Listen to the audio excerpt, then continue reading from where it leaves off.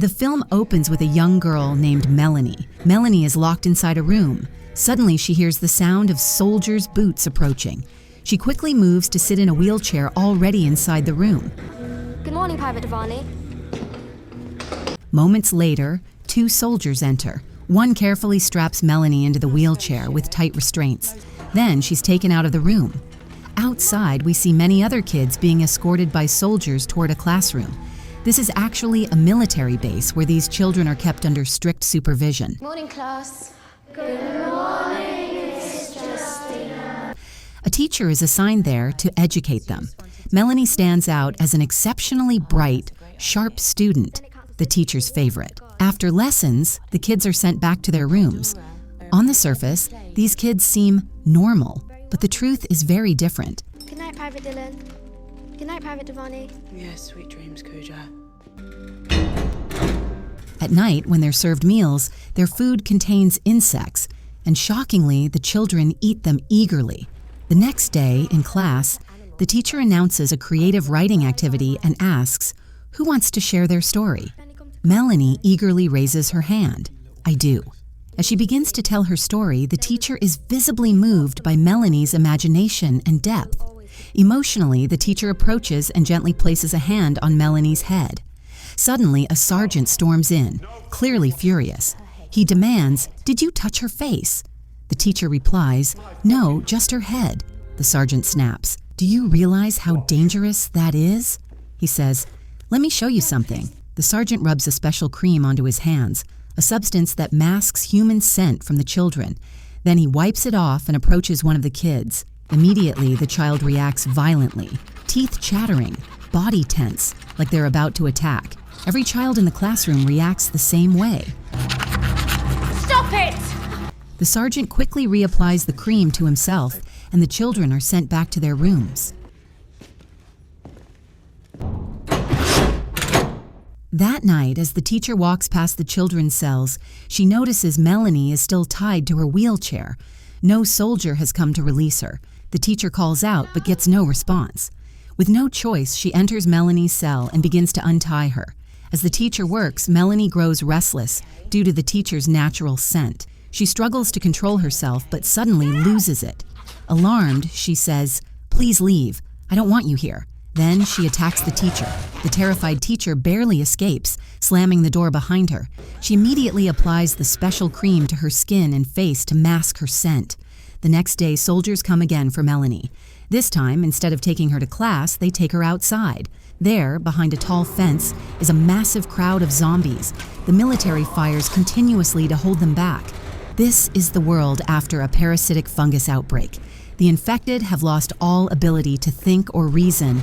Anyone bitten or infected becomes a zombie.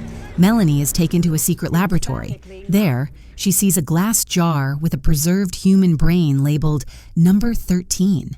It belonged to a child who once studied alongside Melanie, but has since vanished. Melanie realizes this child was a victim of cruel experiments and likely died.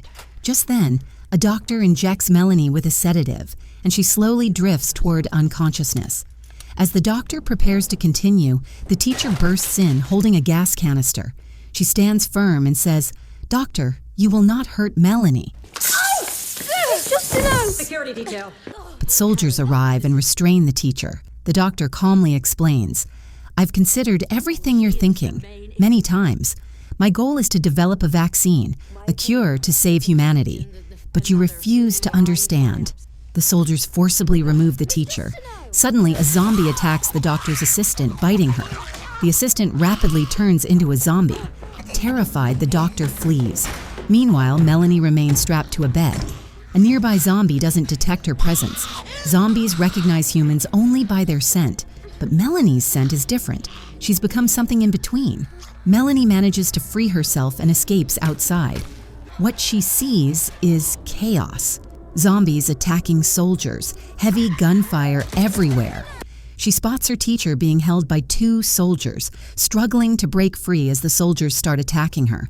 Melanie can't hold back anymore. She runs over and viciously bites the soldiers' necks with her sharp teeth. Then she collapses unconscious. The teacher catches her. Zombies surround them, but a military vehicle arrives just in time. The teacher carries Melanie inside. The doctor, working on the vaccine, is already there. Zombies chase, but the vehicle speeds away. The sergeant sees Melanie inside, rage filling his face.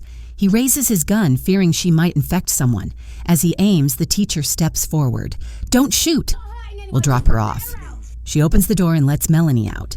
Melanie walks to a corner and sits down. The doctor pleads with the sergeant. "Please understand. With Melanie's help, I can create a vaccine. She's our last hope to save humanity." The sergeant agrees. Melanie is tied to a chair on the vehicle's roof and fitted with a special mask. After traveling, the group stops by a river, thirsty. Suddenly, a large horde of zombies attacks. In the chaos, one zombie bites a soldier. The soldier isn't allowed back on the vehicle and soon turns. Now, the group must flee on foot. After many hardships, they finally reach New York City.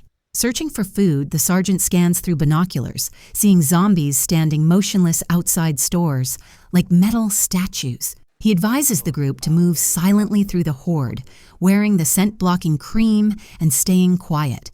They carefully sneak past the zombies and reach an abandoned building. Melanie is restrained inside. The doctor sits before her. Melanie asks, "Who am I? Where do I come from?"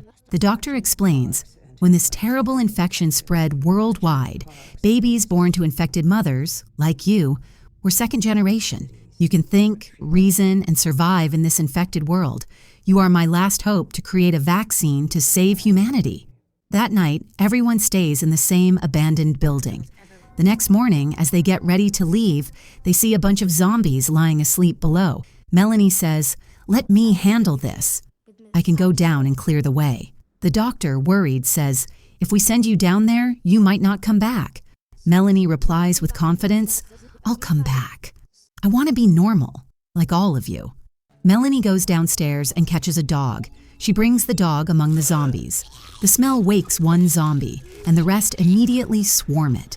This distracts them and clears the path so everyone can escape safely. Outside, they see piles of zombie bodies with roots growing through them. From those roots, a massive plant has taken over the building. The doctor explains this is the fungus's next stage. Giant seed pods have grown. She says, "If these seeds get released into the air, humanity will be wiped out fast. Not a single person would survive." While exploring, they find a military lab powered entirely by solar panels. They all move in, but soon everyone's starving. One of the sergeant's soldiers says, "I'm going out to find food," and leaves. Meanwhile, Melanie says, "I'm hungry too. I can smell you all." So they let her go outside as well. There, she catches and eats a bird. After a while, Melanie hears strange noises. She peeks inside a nearby house and sees several kids, just like her, second-generation hybrids. One kid signals, and they all head outside. Melanie realizes these kids are going to attack the soldier out looking for food. She runs back to her teacher and says, "There are others like me. They're going after the soldier. We have to save him." Meanwhile, the soldier finds a store stocked with canned goods. As soon as he steps inside, he sees some kids already there. Suddenly, they attack and kill him brutally. At the same time, the sergeant, teacher, and Melanie arrive. They realize their friend walked into a trap. Melanie says, "This was a setup, too." When Melanie steps out of the store, the same kids who killed the soldier are waiting.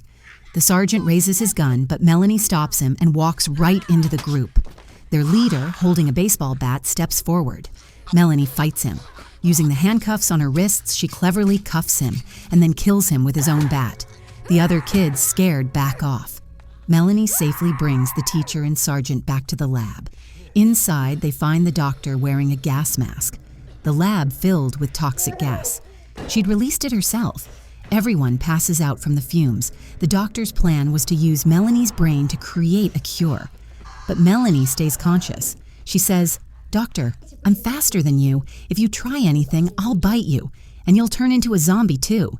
The doctor replies, "I want to make a vaccine from you to save the rest of the world. Do you want your teacher, the one you care about, to turn into a zombie?" Melanie says, "No, absolutely not." The doctor says, "Then you have to sacrifice yourself." Melanie agrees and asks, "Am I still alive right now?" The doctor answers, "Yes, you're still alive." Melanie realizes the future no longer belongs to humans. It belongs to her new generation. Humanity is almost wiped out, and the fungus is about to spread through the air, wiping out the last survivors. With this understanding, Melanie decides not to sacrifice herself. She tells the doctor, "Stay inside, that's your safe place." Then Melanie leaves. The doctor follows, but on the way, the same kids appear and kill her. Melanie reaches the massive plant grown from the zombie roots, a plant with special seeds that, if released, would wipe out all humans. Melanie sets the vines on fire to stop it. Just then, the sergeant arrives. Melanie says, "Why did you come out?" "I had sealed the lab tight. Because the air is now toxic, the sergeant becomes infected." Handing his gun to Melanie, he says, "I want to die human. Please kill me." Though heartbroken, Melanie honors his wish and shoots him. Back inside the lab, the teacher stands in shock, looking at the changed world outside. The next morning, Melanie returns with all the kids, the new generation. They follow her lead now. That same teacher begins teaching them, just like she once taught Melanie, how to speak, read, and understand the world. And with that, the story ends.